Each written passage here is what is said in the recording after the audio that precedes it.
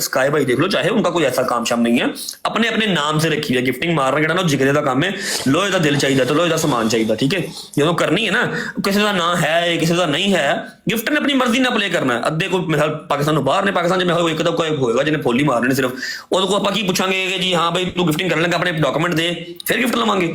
एक होस्टिंग है, होस्टिंग का आपको जो आपको हारता नहीं देख सकता वो खेडेगा, ठीक है। दरअसल लाला वो कभी आए नहीं टिकटॉक ਤੇ ਤੇ ਨਾ ਉਹਨਾਂ ਨੂੰ ਪਤਾ ਹੈ।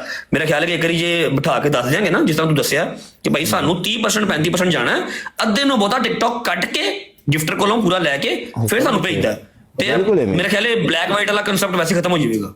नहीं, बाकी एक और गल है, मैंने आगे भी एक मेरे बंदे से एक बात हुई है तो मैंने उसको एक ही क्वेश्चन किया भाई, मैंने कहा देखें आप YouTube के ऊपर वीडियो डालते हैं, आपको क्या पता आपको कौन देख रहा है। हो सकता है आपको कोई कोठे की तवाइफ देख रही हो सकता है आपको गलत लोग देख रहे हो। तो ऐसे ही है कि 15,000 लोग देख रहे हैं, अब इनमें से मुझे क्या पता है भाई कौन सा बंदा सही है और कौन सा गलत है। अब कोई बंदा गिफ्ट मार के मुझे मेरा मुखालिफ ही चला जाता है। ये लाइव की दुनिया है, इधर आपको कोई देखेगा, लोग देखेंगे आपको। अब आपको मैं बोलूं, आपने सिर्फ एक ही बात की है, कल म्यूट करी बट डबल आवाज आ रही है। एक बात की है कि माए बहने सब की साझी, आई एम एग्री, और ये जो बात एग्री नहीं करता, मुझे नहीं लगता उसके अंदर गैरत का खून है, मैं मानता हूं इस चीज को। मावा भैना सारियां दियां साझियां ने। मेरे भाइयों, मेरे दोस्तों, मेरे यारों, पढ़ा लिखा ये बंदा जरूर है, लेकिन इसके अंदर एक फतूर भी है और इस बंदे को बात करना आती नहीं है। मैं इसकी बात के अंदर इसको फंसा दूंगा, इसलिए क्योंकि अल्लाह ने मुझे अगर पढ़ाई से नहीं नवाजा तो मुझे दिमाग रब ने बड़ा दिया है। अब इस बंदे ने क्या बात की कि मामा भैना सारियां दियां साझियां ने, ये पतलू लोगों की माए बहनों को डांस कराता है। जब आप एक तरफ कह रहे कि मामा भैना साझियां ने सारे दियां, ते तेरी मां भैन उस टाइम नहीं है यार, जिस टाइम तू किसी दी मां भैन का नाम लेके कह रहे हैं कि ये डांस करवा रहा है, तो तुम्हारी भी तो वो मां बहन ही है, मेरी भी वो मां बहन है। जब आप किसी की मां बहन को इस तरह का लफ्ज देंगे तो आपकी पढ़ाई तब किधर चली गई है, आपका ये इतना नॉलेज किधर चला गया, आपकी इतनी बड़ी डिग्रियां किधर चली गई, जब आप किसी की मां बहन को ऐसे बोल रहे हैं कि ये फलाने की मां बहन डांस कर रही है, फलाने की मां बहन ऐसे कर रही है, तब माए बहनी साझी नहीं है, तब भी साझी है। तब भी आपको ये बात करनी नहीं चाहिए कि लोगों की माएं बहनें डांस कर रही हैं। तो फिर मैं आपको बगैरत बोलूं या आपकी डिग्रियां फेल हैं या आपकी डिग्रियां नहीं ठीक, मुझे ये थोड़ा सा आपने रोशनी जरूर डालनी है, क्योंकि आपने ये लफ्ज यूज किया है, इसलिए मैं रिस्पेक्ट दायरे में रह के आपसे बात करूं कि आपने ये बात की है कि लिहाजा माएं बहनें बिल्कुल सबकी साझी हैं। चलो, एक 2 हफ्ते पहले 3 हफ्ते पहले हम एक वेलकम ईगल हमने स्टेटमेंट दी कि हमारी ब्रोड के ऊपर ये डांस नहीं होगा। बिल्कुल हमने ये स्टेटमेंट दी, फिर तो कोई मसला नहीं होना चाहिए था ना आपको, फिर तो कोई प्रॉब्लम नहीं होनी चाहिए थी ना। तो उसके बाद जब आप लोगों ने ये प्रॉब्लम क्रिएट की तो फिर सब लोगों को पता चल गया कि ये आप लोग प्रॉब्लम क्यों क्रिएट कर रहे हैं। तो लेकिन हमें भी इस चीज का पता है, सबकी माएं बहनें साझी हैं, हम अगले बंदे की माँ बहन अपनी माँ बहन समझते हैं। जो हमारे से गलतियां पीछे हुई उसकी हमने कौम से माफी मांगी है, आपसे तो हम क्यों माफी मांगेंगे। जो लोगों ने हमें मैसेज पहुंचाए, एक बंदे ने मैसेज किया, उसने कहा ठीक है, पतलू कहता है जी मैं तो नहीं कहता डांस करो, लेकिन मैं भी अपने आप को तब सच्चा समझ रहा हूँगा कि मैंने आपको ये जवाब दे दिया। शराब लें, उसकी बात मेरे ज़हन में बैठी, हालांकि मेरे वो गेस्ट वीडियो डालता था बंदा।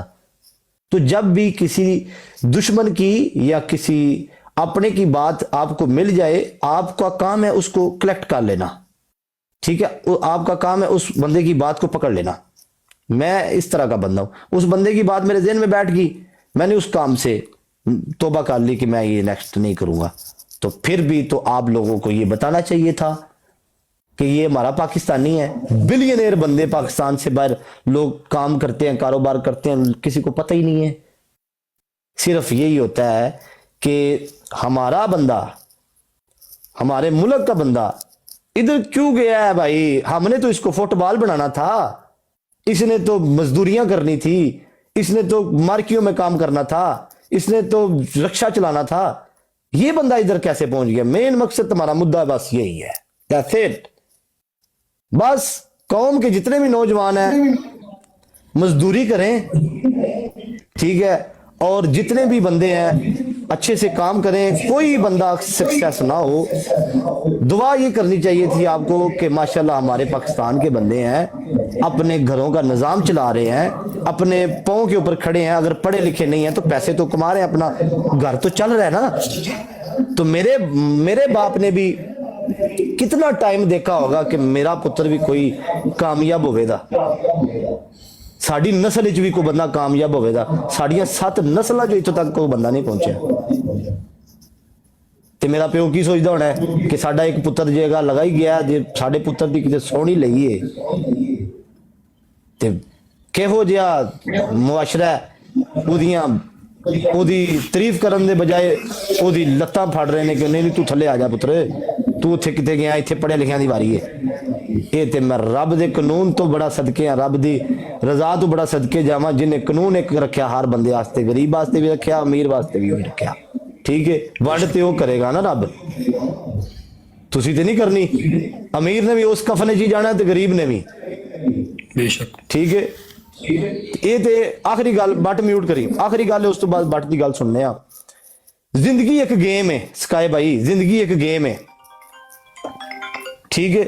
ਜ਼ਿੰਦਗੀ ਇੱਕ ਗੇਮ ਹੈ, ਗੇਮ ਇੰਦੇ। ਹੁਣ ਮੈਂ ਤੁਹਾਨੂੰ ਤੁਹਾਡੇ ਜ਼ਿਹਨ 'ਚ ਗੱਲ ਪਾਉਣ ਵਾਸਤੇ ਮੈਂ ਇੱਕ ਬੰਦੇ ਦੀ ਗੱਲ ਸੁਣੀ ਤੇ ਮੈਨੂੰ ਗੱਲ ਚੰਗੀ ਲੱਗੀ। ਉਹਨੇ ਕਿਹਾ ਜ਼ਿੰਦਗੀ ਇੱਕ ਗੇਮ ਹੈ। ਉਹ ਗੇਮ ਕੀ ਹੈ? ਜਿਵੇਂ ਤੁਸੀਂ ਲੂਡੋ ਖੇਡਦੇ ਹੋ ਤੇ ਲੂਡੋ ਦੇ ਵਿੱਚ ਹਰ ਵਾਰੀ ਛੱਕਾ ਨਹੀਂ ਆਉਂਦਾ। ਅਗਰ ਜ਼ਿੰਦਗੀ ਦੇ ਵਿੱਚ ਹਰ ਵਾਰੀ ਛੱਕੇ ਆਉਣ ਨਾ ਤੇ ਮੇਰਾ ਪੁੱਤਰ ਕਾਣੇ ਦੀ ਵੀ ਲੋੜ ਪੈ ਜਾਂਦੀ, ਕਾਣਾ ਵੀ ਚਲਾਉਣਾ ਪੈਂਦਾ ਤੇ ਦੁੱਕੀ ਵੀ ਚਲਾਉਣੀ ਪੈਂਦੀ ਤੇ ਤਰੀਕੀ ਵੀ ਚਲਾਉਣੀ ਪੈਂਦੀ ਹੈ। ਗੇਮ ਨੂੰ ਤੁਸੀਂ ਸਟਾਪ ਨਹੀਂ ਕਰ ਸਕਦੇ, ਉਹ ਗੇਮ ਦਾ ਰੂਲ ਹੈ। ਜ਼ਿੰਦਗੀ ਕਦੀ ਵੀ ਤੁਹਾਡੀ ਸਟਾਪ ਨਹੀਂ ਹੋਣੀ, ਦੁੱਕੀਆਂ ਤਿੱਕੀਆਂ ਚੱਲਦੀਆਂ ਰਹਿੰਦੀਆਂ ਨੇ, ਠੀਕ ਹੈ। ਤੇ ਛਿੱਕਿਆਂ ਵਾਲਿਆਂ ਨੂੰ ਵੀ ਲੋੜ ਕਾਣੇ ਦੀ ਪੈਂਦੀ ਹੈ ਤੇ ਕਾਣਿਆਂ ਨੂੰ ਲੋੜ ਵੀ ਛੱਕੇ ਦੀ ਪੈ ਜਾਂਦੀ ਹੁੰਦੀ ਹੈ। ਤੇ ਮੇਰਾ ਬਾਊ ਇਹ ਜ਼ਿੰਦਗੀ ਹੈ, ਇਹ ਉੱਤੇ ਥੱਲੇ ਹੁੰਦੀ ਰਹਿਣੀ, ਸਮਝ ਗਿਓ। ਜ਼ਿੰਦਗੀ ਇੱਕ ਗੇਮ ਹੈ ਤੇ ਹਰ ਗੇਮ ਦੇ ਵਿੱਚ ਛੱਕੇ ਵੀ ਨਹੀਂ ਹੁੰਦੇ ਤੇ 50,000 ਛੱਕਾ ਲੈ ਲੈ ਐਂਡ ਤੇ ਲੋੜ ਕਾਣੇ ਦੀ ਪੈਣੀ ਚੌਧਰੀ, ਸਮਝ ਆ ਗਈ ਹੈ। ਜੇ ਕਾਣੇ ਤੇ ਗਾਠੀ ਤੁਹਾਡੀ ਆ ਗਈ, ਕਾਣਾ ਆਉਣਾ ਤੇ ਤੁਸੀਂ ਪੁੱਗਣਾ।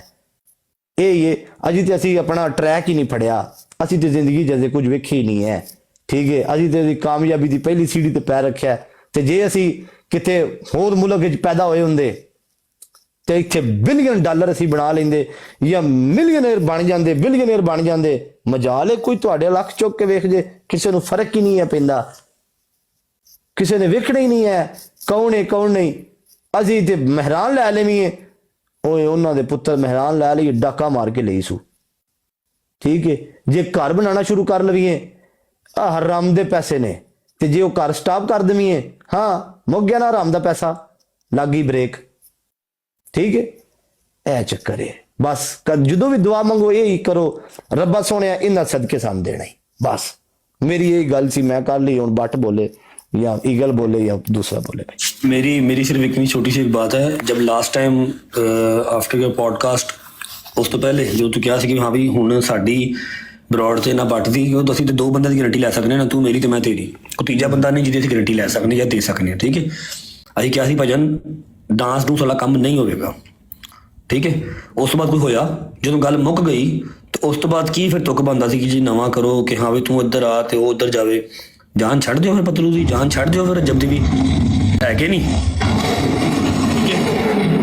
ਜਦੋਂ ਇਹ ਗੱਲ ਮੁੱਕ ਜੋ ਗਈ, ਉਹਦਾ ਪੋਡਕਾਸਟ ਕੀਤਾ, ਬੜਾ ਟਰੋਲ ਹੋਇਆ ਇਸ ਗੱਲ ਤੇ, ਅਗਲੇ ਬੰਦੇ ਨੇ ਮੰਨ ਲਿਆ, ਉਹਨੇ ਕਿਹਾ ਚਲੋ ਜੀ ਠੀਕ ਹੈ ਮੈਂ ਕਰਾਂਦਾ ਰਿਹਾ ਵਾਂ ਪਿੱਛੇ, ਹੁਣ नहीं होगा भाईजान।